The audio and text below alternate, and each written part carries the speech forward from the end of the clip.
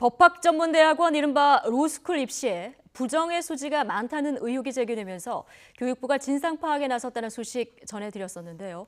조사 결과 대학 입학 자기소개서에도 부모의 직장이나 직위 등을 쓰면 불합격이 되는데 부모가 대법관이나 검사장, 또 로스쿨 원장 등이라고 쓰고도 합격한 사례가 지난 3년간 24건이나 확인됐습니다. 취재기자 연결해 보겠습니다. 임상호 기자.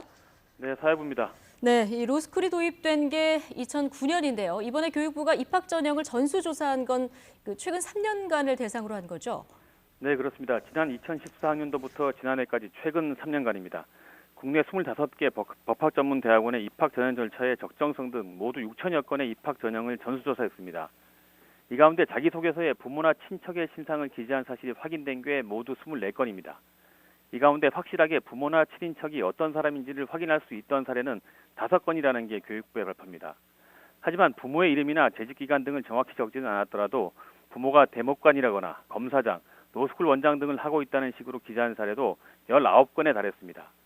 특히 학교가 자소서에 부모가 뭘 하는지를 적지 말라고 했는데도 이를 적어내 전형 요건을 위반한 소지가 있는 것으로 확인된 것은 모두 8건입니다.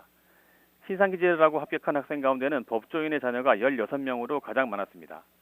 올해 현재 자소서에 부모의 신상 등을 적지 말라고 한 학교는 18개 학교, 이를 지키지 않은 학교는 7개의 로스쿨입니다.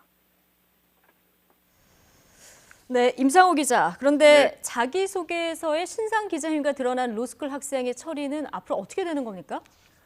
네, 부정행위 등의 소지는 확인했지만 입학 취소 등은 할 수 없다는 게 교육부의 설명입니다.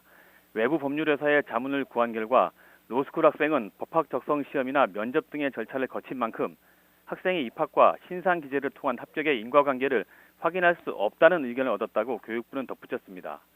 로스쿨 대학에 입학한 교직원 자녀는 로스쿨 교수 자녀 10명을 포함해 지난 3년간 모두 27명이 입학한 것으로 확인됐습니다.